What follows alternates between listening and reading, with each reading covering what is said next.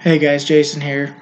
First of all, knowledge of media tech is important just for one, as it can maximize storage on your device, especially if you're taking video with a phone or something like that.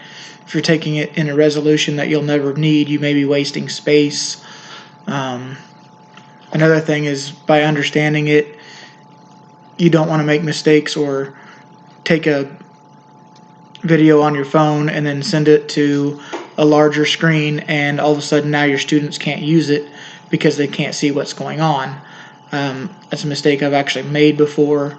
Filming a math class one time, we were filming what was going on, what the teacher was writing on the board and saying, so we could go back and watch it. When we blew it up into a larger image on the computer, we had used too low of a resolution and couldn't see anything.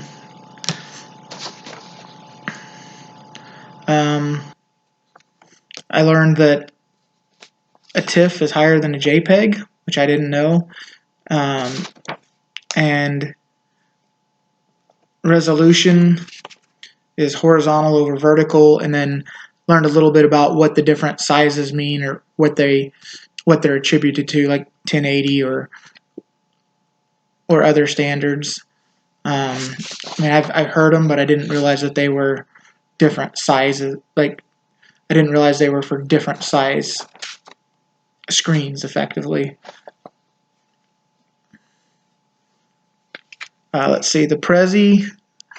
I thought it was, I hated it at first.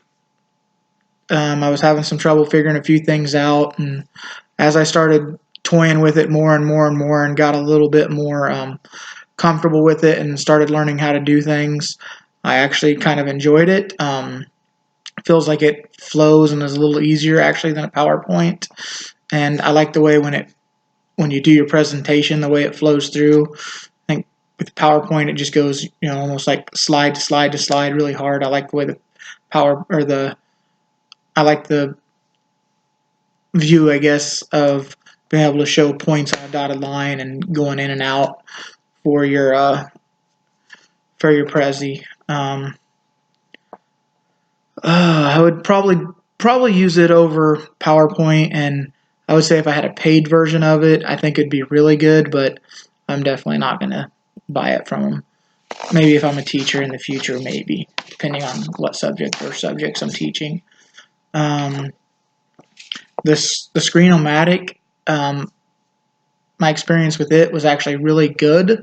I felt like it was really easy to use, and what I did was a math problem. I put up a right triangle on a piece of paper and solved Pythagorean's theorem, gave it a couple sides, and walked step by step on how to solve the problem. And I said that is something that I could see myself using in the future because I would like to teach math. I would really like to be able to record myself,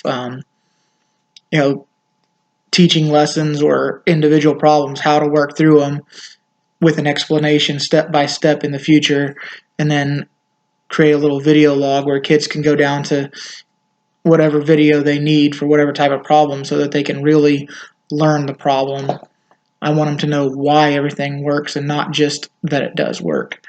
And for those that are really lost, obviously it'll help them get through too, but I feel like if you're being explained why everything happens, then when somebody throws you a trick later, you'll see that trick and understand it and have a deeper understanding of the problem and how to get the solution.